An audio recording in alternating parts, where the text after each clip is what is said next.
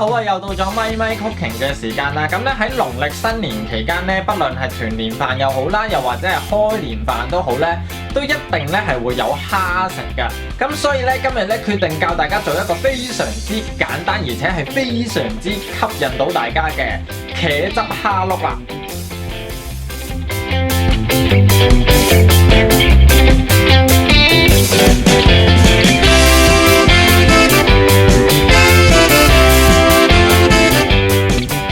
首先咧就將隻大蝦咧剪去啲蝦鬚啦、蝦腳啦同埋 Q 腸，之後咧就可以將大蝦咧清洗乾淨咧，同埋將佢印乾。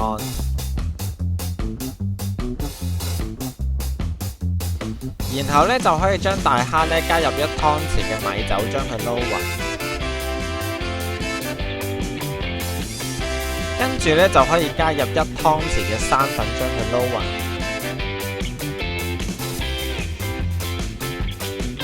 之後咧就可以燒熱油鑊啦，用中火咧將大蝦咧每一邊咧都煎1分鐘咧，跟住咧就可以夾起佢啦。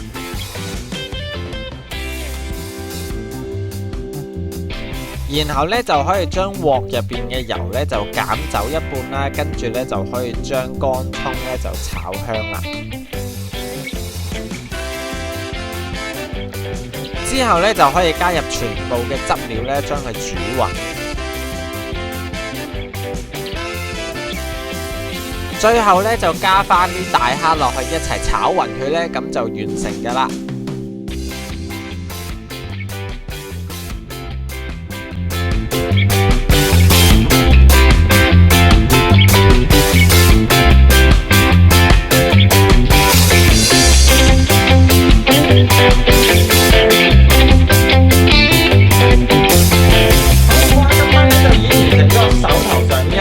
茄汁蝦碌啦，咁啊都係嗰句啊，真係非常之簡單嘅。好啦，咁啊依家事不宜遲，等我拆殼去試食俾大家睇下先啊！呢隻蝦真係非常之大隻，見唔見到？咁咧其實咧，大家見唔見到呢隻蝦係非常之大隻啦？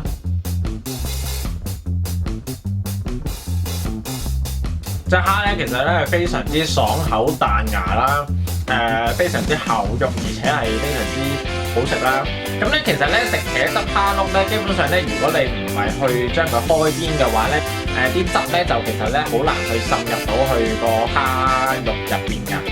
咁所以咧其實咧好多人嘅食法咧都係一定係要選晒成隻殼嘅汁啦，跟住然之後先搣殼食嘅。咁如果咧大家真係好想令到啲蝦肉咧都可以飲到啲汁嘅話咧，其實咧不妨咧就可以將佢開邊啦，啲蝦肉就可以入到啲汁啦。今集咧就係咁多啦，咁希望大家今個新年咧都去嘗試去做下呢一個咁簡單而且係非常之受歡迎嘅茄汁蝦碌啦。咁如果中意呢一條片嘅話咧，記得咧係啦。